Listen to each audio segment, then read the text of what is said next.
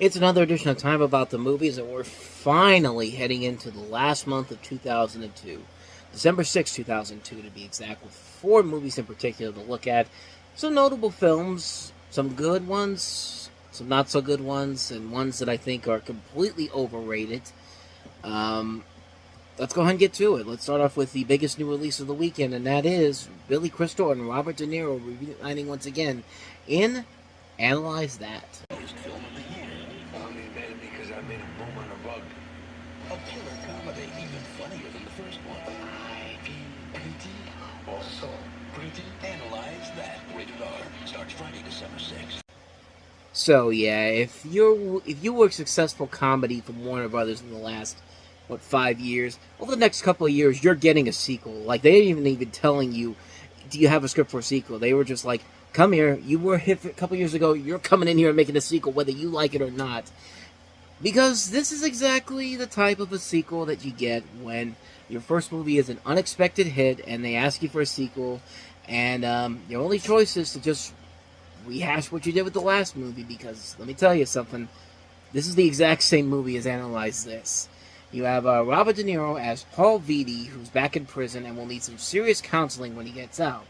Naturally, he returns to his analyst, Dr. Van Sobel, played by Billy Crystal, for help, and finds that Sobel needs some serious help himself as he has inherited the family practice, as well as an excess stock of stress.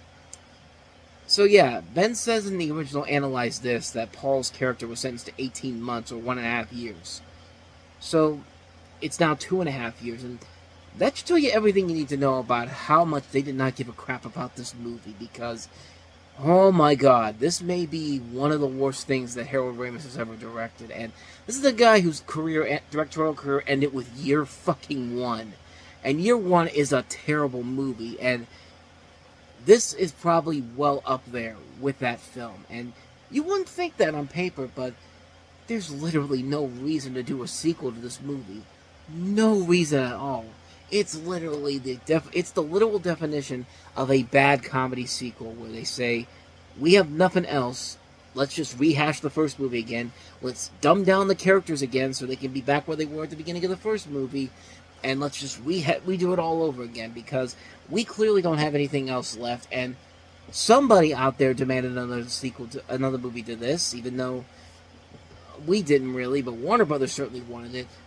We're going to get to that point where Warner Brothers has all these sequels coming out that did not become big hits and felt like unnecessary sequels to films that were either decent hits or hits where you could stop at one film and then no problems whatsoever. But nope, keep chugging them out, because, believe me, this is the first of several sequels we're going to be getting to over the next couple of years. And, yeah, not much more to say about this movie. It's just a terrible film. It's not funny whatsoever. It's a bland movie. Billy Crystal and Robert De Niro are struggling to keep this together. Like, it tells you something when Father's Day with Robin Williams was a better Billy Crystal movie than this, and that movie is terrible. Hell, I'd rather watch My Giant again than Analyze That. That's how bad this movie is. Like, it's nothing but a rehash. It's a lazy rehash. One of the worst comedy sequels of all time. A completely unnecessary film.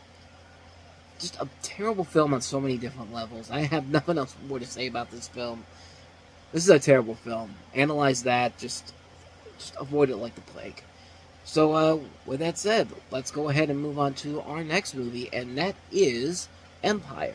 All this right here is family. You know I love you, man. Your word is your bond. How much do I need to invest? $4.5 million minimum. He's a Wall Street guy. It's a different animal. This is the way we should be living. My woman deserves it. My kid deserves it. This Friday, Hey, Vic, he took the money. 2 worlds collide. I gotta go to war. Why don't you go back to your getup? Are you gonna fly? Empire, rated R. At theaters Friday. Speaking of movies that are horrible retreads, let's try to remake Scarface and Goodfellas for a new generation.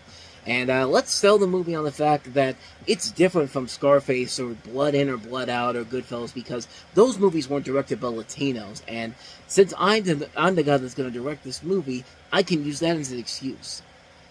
I'm not even kidding. That's literally the excuse this director used for this film. That is literally just a knockoff of everything I just mentioned.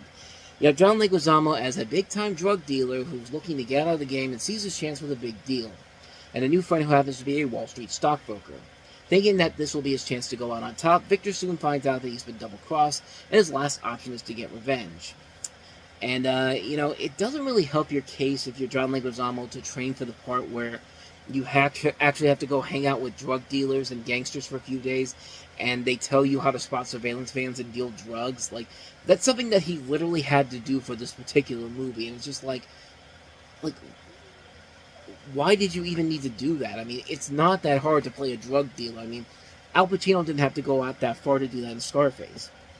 Like, Martin Scorsese didn't have to do that with any of the people involved in Goodfellas. Tell the actors to go out and do drug deals with real drug dealers, and then we'll put it together here. But no, you didn't have to go to those extreme levels. And especially if you're a director like this guy who's never directed anything before this, and you're gonna come in and try to sell the movie because of your ethnicity. And it's just like, you still gotta make a good movie, dude. And this just is not. It's like here's the thing about this movie. So Scarface was about 3 hours long. It's an epic movie. It's an epic movie about a drug dealer who's living the American dream. This thing is 90 minutes long, and this thing is it's like half a movie. It's quite literally half a movie. Like, it doesn't feel like anything about this movie is worth it because they're just speeding along and everything. It's just like, can we get to let's get to the basics, okay? Here's this guy. Let's have him at the top of his game. Let's have him at his eventual downfall.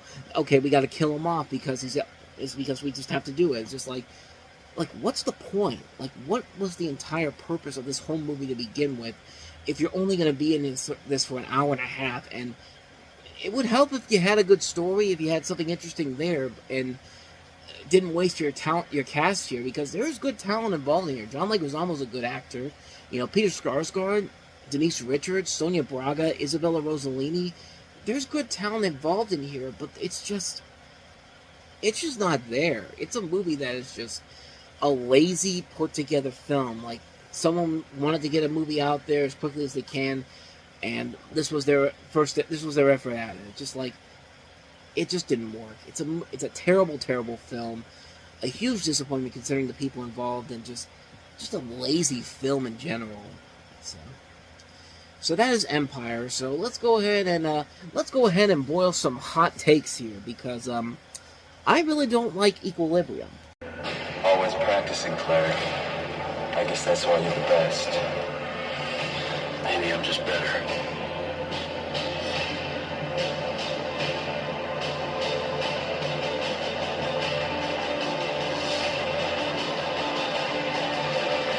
I'm coming.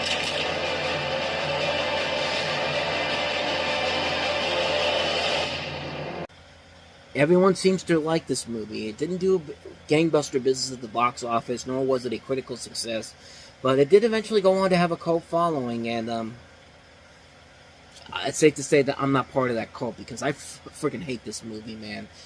You have Christian Bale as John Preston, who's an enforcement officer in the future in which feelings and artistic expression are outlawed, and a society where its citizens are forced to take psychoactive drugs to suppress emotions.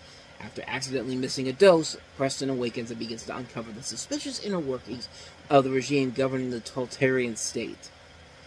And that plot alone can pretty much tell you everything that is wrong with this movie. This film is so stupid in how it's presented. It's a film that is so lazy, and it's a film that a lot of science fiction films, original sci-fi films, struggle to get across their heads here. Like, you want to create something original, that's fine. You want to take inspiration from stuff like Blade Runner and stuff like Aliens, you want to do that kind of stuff, that's fine. Don't be a knockoff of all those movies together. Like, this is a film that is so lazy. I mean, just that premise alone. You miss one dose of the psychoactive drug, and then all of a sudden, your suppressed emotions are just gone. Like, life doesn't really work that way, guys. Like, medicine does not really work that way. If you miss one dosage, I mean, unless it's like a severe injury or serious injury or something, serious disease or something like that, missing one dosage of this is not going to kill you in the long run here. Now, I say that, and I probably am getting my information completely wrong on this, but just in the sake of this movie, for this movie's sake, I'm saying that this whole concept of missing one dosage of this stuff and all of a sudden you just start to have this huge awakening. And it's just like that's just one of the stupidest things ever. It doesn't help that everybody else in this movie is either A, overacting their asses off, B, are obnoxious characters, C, are cliches you can see coming a mile away, or D, everyone's just in here is just an idiot. Everyone here is stupid. Everyone in this movie makes no sense whatsoever.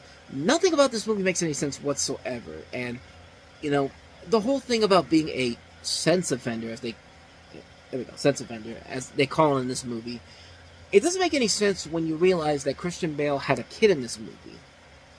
So if there's no emotions, there's no feelings whatsoever, how does he have kids? How was he able to be married? Like, how is anybody supposed to do anything else in here if you don't have any feelings or any ways of expressing those feelings? And it's just like, I mean, things like this need to be thought of in the writing process here, guys.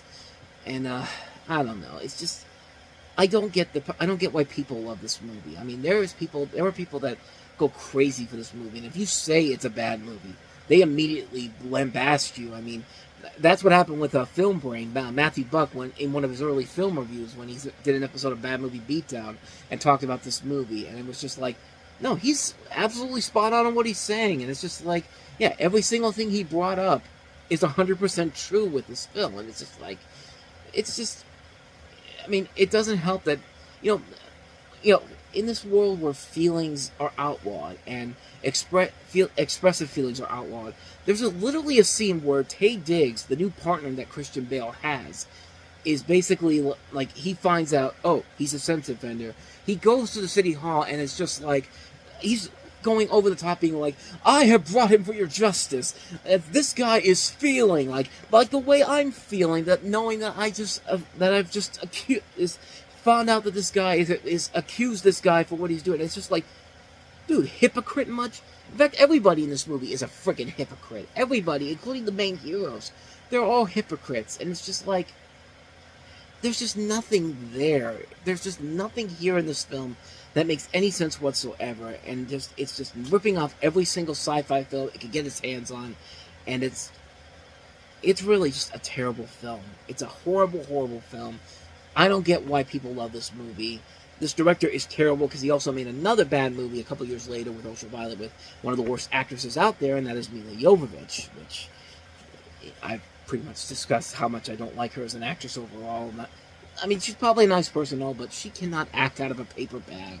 I'm sorry, she just cannot. But, yeah, this director is also not a very good director either, so yeah, they probably should have gone with somebody else in general, but, so, not much more to say about this one, and I fully welcome all the criticisms I'm going to get for saying this, but I hate this movie. I hate Equilibrium so much, so let's go ahead and end this show on a positive note by taking a look at easily the best movie of the week, and that is Spike Jonze's Adaptation. Adaptation is the most critically acclaimed movie of the year, and now it's nominated for 6 Golden Globes, including Best Picture, Nicolas Cage, Meryl Streep, and Chris Cooper. Adaptation, rated R. Now playing until next city starts Friday. So this is, of course, Spike Jonze's follow-up to Being John Malkovich. It's a meta-comedy about the life of writer Charlie Kaufman. Kaufman based adaptation of his struggles to adapt Susan Orlean's 1998 nonfiction book, The Orchid Thief, while suffering from writer's block. It includes elements adapted from the book, plus fictional elements, including Kaufman's twin brother, who's also credited as a writer in here. Both of them are played by Nicolas Cage. And a romance between Orlean and John LaRoche, played by Chris Cooper.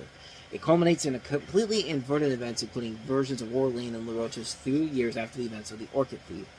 I wish I could show you the trailer for this, because it's one of the best trailers out there, featuring Freddie Mercury and David Bowie's Under Pressure, and it just shows you everything about what makes this movie so good. It's an amazing follow-up to Kaufman and Jones's Being John Malkovich. Nicolas Cage with 2 of probably his strongest performances as an actor. I like Leaving Las Vegas a lot, but this is probably a close second for one of my favorite Nicolas Cage movies. I mean, he plays the dual role of the twin brothers very well. You can definitely distance the difference between the two of them, even though they are twin brothers in this. And you just have a great cast in general here. Meryl Streep, Chris Cooper, Judy Greer, Brian Cox, Tilda Swinton, Ron Livingston, Maggie Gyllenhaal. It's a film that just works on so many levels. It's a smart film, a funny film, a film that's very dramatic at times and does it very well. It's well executed on so many different levels. It's a great movie, and a film that I don't think gets the proper attention that it deserves, especially considering that it's from the same people that made one of the best movies of the 90s and beating John Malkovich. But it's a really good film. It's a film I can't recommend enough. If you have not seen Adaptation, you're doing yourself a huge disservice by not doing so. It's easily the best film that came out this weekend, and it's easily the film I can recommend on this show to see. Watch Adaptation. So with that said, that wraps up another edition of Time About the Movies. When we meet next time, we'll take a look at 5 more movies, including Jennifer Lopez's new romantic comedy with Ralph Fiennes, Made in Manhattan, the movie that was beaten out by, should have been the #1 film that weekend, Star Trek Nemesis, which essentially killed the Star Trek film franchise as it was at the time. Nick Cannon leading the cast of Drumline, Rob Schneider in The Hot Chick, and Jack Nicholson and Kathy Bates in About Schmidt. 5 films we'll take a look at next time. But until then, thank you so much for watching. And if you want to see more videos like this, please hit the place on the next page, check out the previous episode, and also don't forget to hit the like and subscribe button if you want to see more videos like this on this channel. So, with that said, I am off. I will see you guys next time, and until then, as always, take care.